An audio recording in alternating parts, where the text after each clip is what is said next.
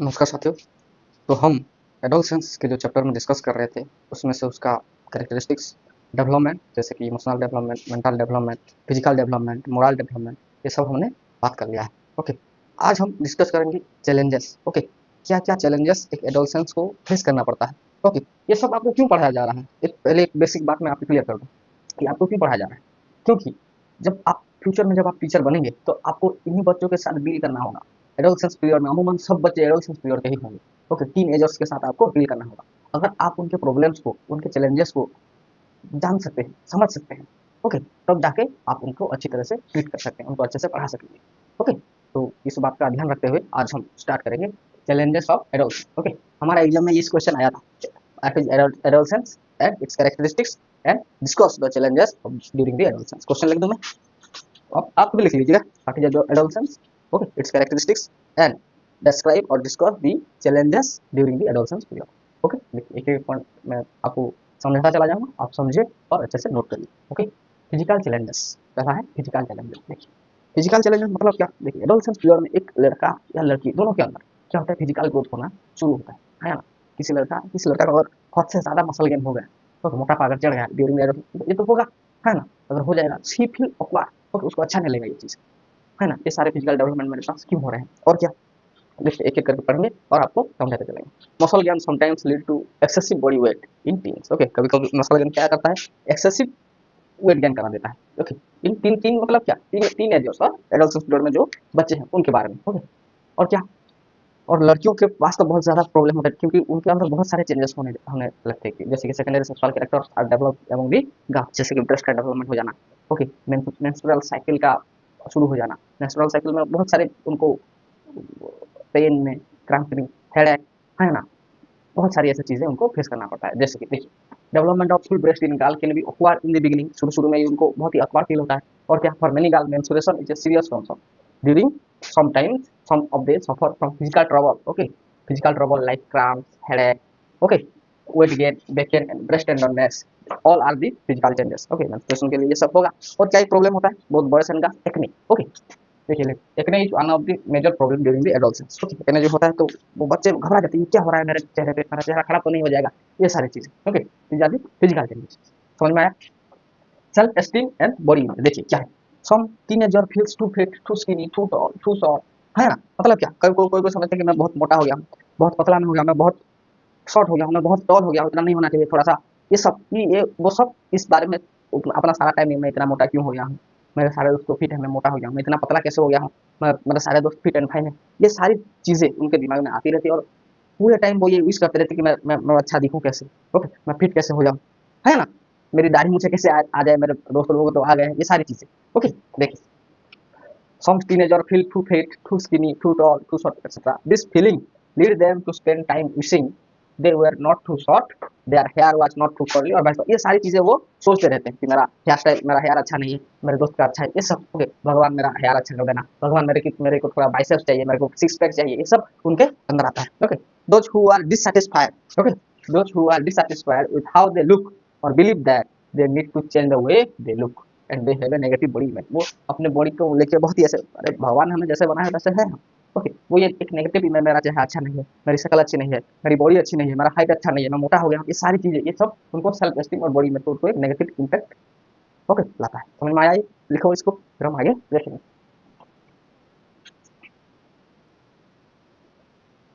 और क्या क्या प्रॉब्लम होते हैं, एक बहुत ही बड़ी प्रॉब्लम है बुलिंग।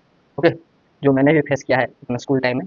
ओके, बुलिंग में होता क्या है, आपको बहुत सारे बच्चे घेर लेते हैं। ओके, आइदर वर्बली और non verbally they are attacking. Okay, किसी भी तरीके से आपको बुलिंग करना, एक बच्चा मेंटली हैरेस हो जाता है अगर उसको अपने उसी के क्लास के सारे बच्चे अगर उसको बुलिंग करे, है ना। अब आपने भी किसी ना किसी ने तो ये सारे कॉमन के सामने फेस किया ही होगा, अगर नहीं किया हुआ तो आपने किसी की बुलिंग की होगी। ओके, ये चीज बहुत ही ज्यादा खराब है। ओके, वो बच्चा ना किसी से कह पाता है ना कुछ ऐसा, वो अपने फिजियोलॉजिकल स्ट्रेस के अंदर वो इस स्टेज में बहुत ही पेनफुल लाइफ बिताता है। ओके, जैसे कि पढ़ते हैं। Okay, bullying is one of the most teenage problem and affect million of youth. Okay, youth क्यों बताया, देखिए ये बुलिंग धीरे धीरे कॉलेज के लेवल में जाके ये रैगिंग में कन्वर्ट हो जाता है। ओके, आपके सीनियर्स होंगे, ओके, वो आपको कुछ ऐसा काम करेंगे जो आपको गुस्सा के साथ स्ट्रेस पैदा कर देगा। ओके, सही है, इसलिए ये बहुत सारे मिलियंस और मिलियंस ऑफ यूथ का जो कहते हैं उनको जो इनर कैपेसिटी है उसको भी नष्ट कर देता है। क्यों? क्योंकि देखिए bullying cause fear in the mind of kids and make nervous going to school. Okay, ये जो नर्वस गोइंग टू स्कूल मेरे को भी ऐसा फील होता है जब मेरे बुलिंग होती थी मेरे स्कूल में, मेरे को स्कूल जाने का मन ही नहीं करना था क्योंकि मैं जाऊंगा फिर से मेरे को वो चिढ़ाएंगे। ओके, जब तक तो सर क्लास में है तब तक तो कुछ नहीं, जब सर चले जाएंगे तब मेरी मेरी रक्षा कौन करेगा, ऐसा फील आता था मेरे को। Okay, so that's the things each day some bullies attack target physically level 5-10 लड़के मिल किसी को पीट दे तो वो बेचारा अकेला लड़का क्या करेगा, रास्ते पे कहीं कुछ ऐसा उसको समझ रहे हैं ना, कुछ स्लैंग वर्ड यूज करके कुछ ऐसे ही अदर रिपीटेड वर्बल इंसल्ट आपका रोज रोज इंसल्ट करेंगे, affecting the physiology and affected. समझ में आया बुलिंग का इफेक्ट? आप भी कहीं पे भी हो अगर टीचर बनोगे तो आप देखेंगे। ओके, कम से कम क्लास में जाकर धमका के चले आना कि अगर कोई किसी को बुलिंग किया तो मुझसे बुरा कोई नहीं होगा। तब जो उत्कर्ष बच्चे हैं ओके जिनकी बुलिंग हो रही है वो खुद आपके पास आएंगे, आप अपने हिम्मत से कहेंगे सर मेरे साथ ये हो रहा है, मेरे को ये कर रहे हैं। Okay, understand this? ओके, देखिए और क्या social and parental pressure. Social and parental pressure क्या है? ऑफन टाइम पेरेंट्स चाहते थे कि हमारा बच्चा सब कुछ कर पाए। ओके, वो अच्छे मार्क भी लाए, अच्छा कोकुलर एक्टिविटी भी करे, डांस भी अच्छा कर ले, क्रिकेट भी अच्छा खेले, हम सबको बिहेव बहुत अच्छी तरीके से दे। ये एक ही वक्त पे कैसे हो सकता है? आप खुद ही समझिए। ओके, पेरेंट्स अगर एक बच्चा सोया हुआ है 7 बजे, अमूमन 7 बजे तक सो गया है। ओके, उसका पापा आया और उसको देखा 7 बजे तक सो रहा है लड़का, तो आके उसको मार दिया। ओके, उसको मारना चालू किया। अरे शर्मा जी का बेटा तो 4 बजे से उठ के पढ़ता है, तू 7 बजे तक सो है। ये प्रेशर ही तो है, ये पेरेंटल प्रेशर ही तो है ना? उसका लड़के ने ये किया, तू यहाँ पे गधे की तरह सो रहा है, खा रहा है और कुछ नहीं, पढ़ाई नहीं करता, उसका मार्क देख, तेरा मार्क देख। ये सब जो प्रेशर क्रिएट करते हैं ये एडोलसेंस पीरियड में बहुत ही हेवी हो जाते हैं। जैसे often time parents leave their children and expect their kids achieving everything. Okay, their kids achieving everything wanted, but he did not have. Okay, वो कर नहीं सकता, सब कुछ थोड़ी कोई कर सकते है ना? Expecting the teenagers to get good grade, अच्छा मार्क लाना, have great friend, अच्छे दोस्तों के साथ रहना, excel excel in co-curricular activities and be well behaved, responsible for themselves। ये सारी चीजें जो पेरेंट्स की जो अपेक्षा रह जाती है बच्चों के साथ, ये एक प्रेशर क्रिएट करती है। ओके, एडोलसेंस पीरियड बोथ समझ में आया? Social and parental pressure, hope you understand this. And number 5 is time management stress. क्या है? Time management stress. कैसे? देखिए स्ट्रेस इंक्रीजिंग, जैसे जैसे आप बड़े होते जाते हैं आपके अंदर स्ट्रेस बढ़ता जाता है। क्यों? जैसे कि आपका प्रोजेक्ट हो गया, असाइनमेंट हो गया, टेस्ट हो गया, प्री-टेस्ट हो गया, ये सारी चीजें स्कूल में होंगे, आपको कंप्लीट करना पड़ेगा वहाँ पे। ओके, 10-10 घंटे पढ़ना पड़ेगा एडोलसेंस पीरियड में, नहीं तो आप ना नीट क्लियर कर सकते, ना आईआईटी में जा सकते, ना आपके बोर्ड में अच्छे मार्क्स, अगर आपको मेहनत नहीं करनी। उस समय क्या देखिए आपको एक पढ़ना है, दूसरे आपके फ्रेंड्स के साथ कहाँ घूमने जाना है, कहीं कोई पार्टी हो गई है ना, या फिर चिलिंग और hanging out from outside somewhere, all this are creating. इस सब में क्या होता है? टाइम मैनेजमेंट का दही हो जाता है ना? ये सब देखिए stress increase at school and the older they get the number of project to be done state to cope with it. Okay, अगर किसी टेस्ट में फेल हो गया उसका डर होता है ना? एंड दो सोशल ड्रामा इंक्रीज, धीरे धीरे सोशल ड्रामा इंक्रीज मतलब कि सोसाइटी अपना अलग ही प्रेशर क्रिएट कर लेता है। Okay, on the social front dating parting and hanging out with other friends are done by them। Okay, ये सब चीजें and this all create a lot of pressure, it all create a lot of pressure. लिख देना यहाँ पे। Okay, create a lot of pressure, hope you understand this. इसको लिख लो फिर हम आगे बात करेंगे। ओके, लिखो।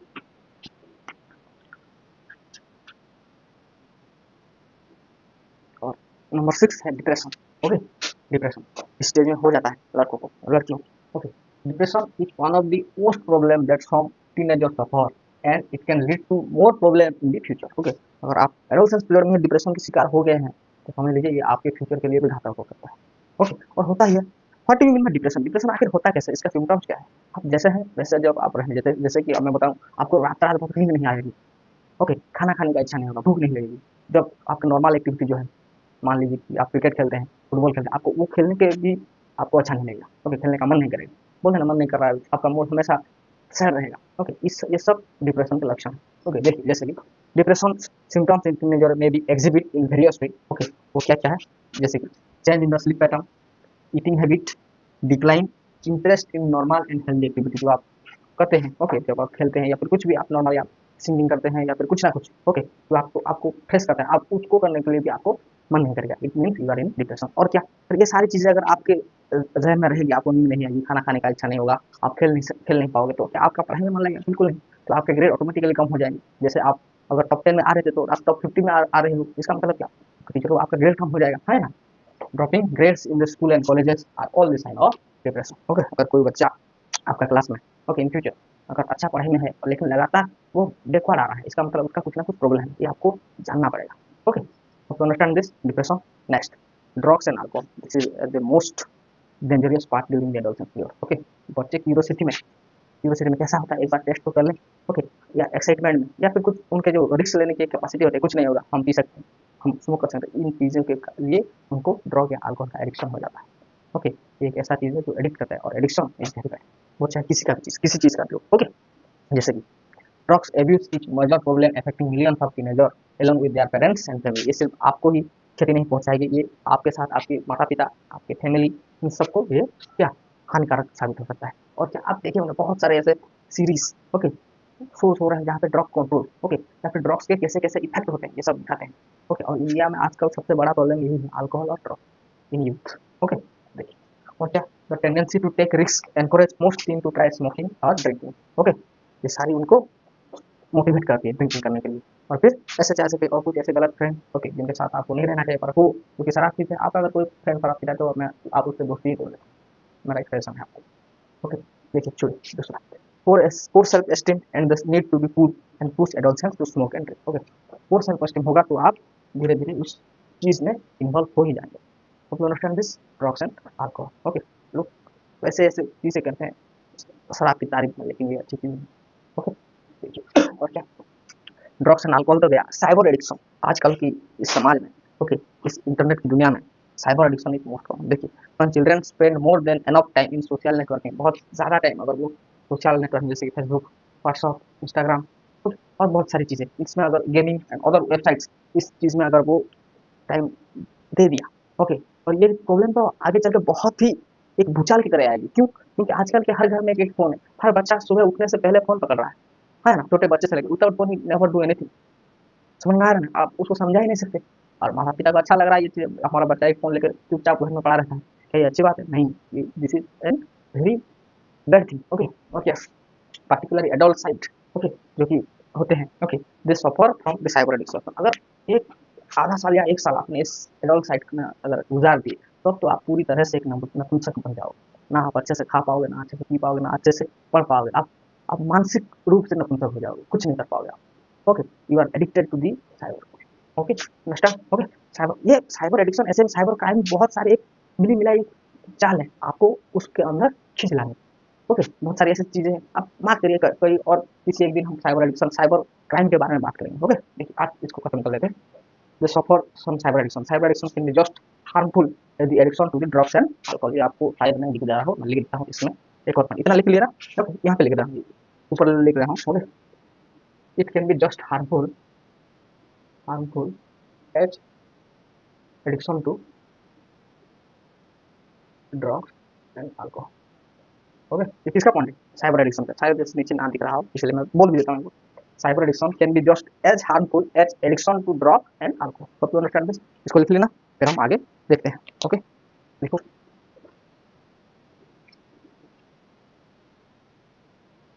देखिए, नंबर 9, इमोशनल चेंजेस। क्या?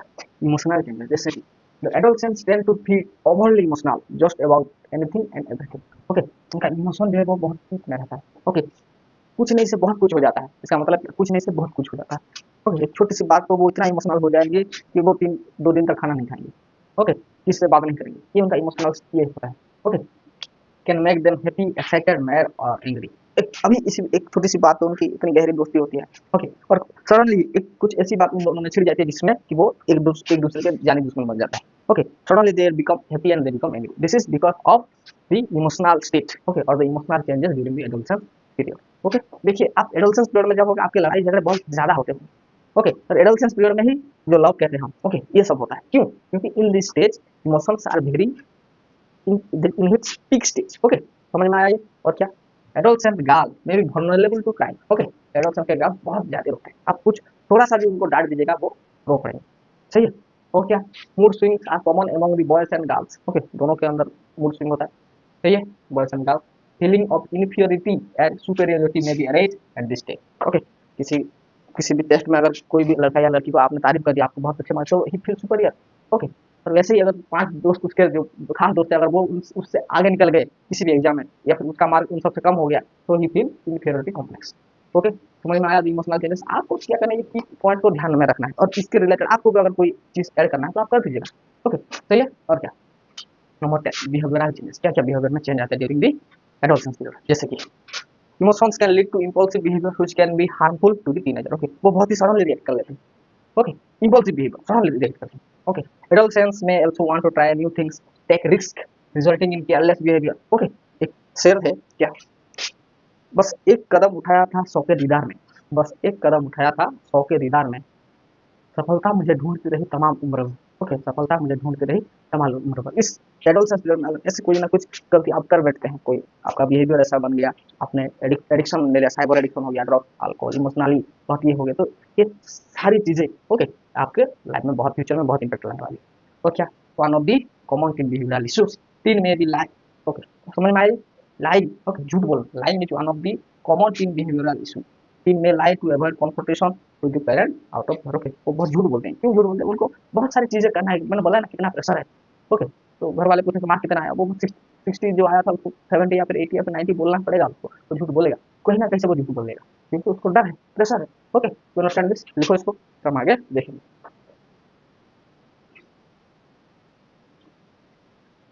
और नंबर 11 प्रॉब्लम है एग्रेशन और aggressive behaviour, aggressive behaviour and violence. Okay, ये सारी चीज एडोलसेंस पीरियड में लड़के अमूमन मार करते ही रहते हैं, वो you are they are violence. Okay, तो लाइक वायलेंस। ओके, मार धाड़ ये सब होना चाहिए उनके लिए, लेकिन ये अच्छा नहीं है। ओके, अगर आप एग्रेसिव हैं तो अमूमन आप ये मान के चलिए कि आप अपना नुकसान कर रहे हैं। ओके, ये पता नहीं आपका कब किससे टाका भिड़ जाए। ओके, ये हर जगह में आपके दोस्त, आपके घर वाले, आपके गांव वाले आपको रक्षा करने के लिए नहीं अवेलेबल है ना। आप अगर सेविक हैं तो समझिए आपको एक बहुत बड़ी कॉन्सिक्वेंसेस इसमें फेस करना पड़ सकता है, even if lead to death. Okay, ये बात हमेशा समझ फिर एग्रेशन में आके अगर आपने कुछ किया, किसके लड़ाई भड़े कर दी, maybe at that time you are being safe, but it's always a fear to in your mind that anything will happen to you at any point of time. Okay, वो एक डायलॉग है ना KGF का, violence violence violence, violence likes me. Okay, सुना है ना। Okay, adolescence period में हर लड़के वायलेंस को लाइक करते हैं। ओके, आई कैंट एवर, बोलता है ना एक डायलॉग वैसे ही। ओके, देखिए, adolescent boy get into fight at school, boys may fall into bad company। Okay, अगर आप गलत संगति में आ गए, ओके, तो ये सही बात है, आपके फ्रेंड्स कैसे हैं, ये सब ये बहुत डिपेंड करता है। Okay, bad company and be drawn to act like violence and aggression. Okay, impulsive act of violence can lead to serious consequences including death। Death भी हो सकती है, कोई नहीं कह सकता क्या हो सकता है। ओके, डेथ बिना अगर आपका हाथ पैर या कुछ ऐसा टूट गया लड़ाई के समय में जो कि जीवन भर आपको विकलांग कर दे, ओके, तो आप समझिए क्या हो सकता है, आपका हालत क्या होगा। ओके, इसलिए ये बात अपने दिमाग में, जहन में बिठा दीजिए। ओके, एग्रेसिव और वायलेंस अच्छी चीज नहीं। ओके, और India is the country of non violence, Gandhi ji कहते हैं ना। देखिए, 12th sexual health. Okay, without proper guidance teenager में भी become sexually active before they are married. Okay, होता है विदाउट गाइडेंस, ओके, उनको कुछ पता भी नहीं होता है और they are being active. This could result in unwanted और unprotected sex, can be lead to sexually transmitted disease. जितने भी सेक्सुअली ट्रांसमिटेड डिजीज आप पाएंगे, ओके, अमूमन वो एडोलसेंस स्टेज में हो रहा है, इसका मतलब क्या। Okay, they are on ever about this sexual life. Okay, इन सारी चीज़ों को आपको समझना चाहिए। These are the challenges that are being facing by the adolescent stage. Okay, teenager ये सब सारी चीज़ें फेस करते हैं, डिप्रेशन, ड्रग्स, प्रेशर, जितने भी हमने पढ़े। ओके, आपको अगर आए चैलेंजेस तो सब लिख के आ जाएगा, और आपके अंदर अगर कुछ और पॉइंट जो आप ऐड कर सकते हैं, आप भी ऐड कर सकते हैं। ओके, सही है, आप अच्छे से लिखिए और ये नोट बना लीजिए।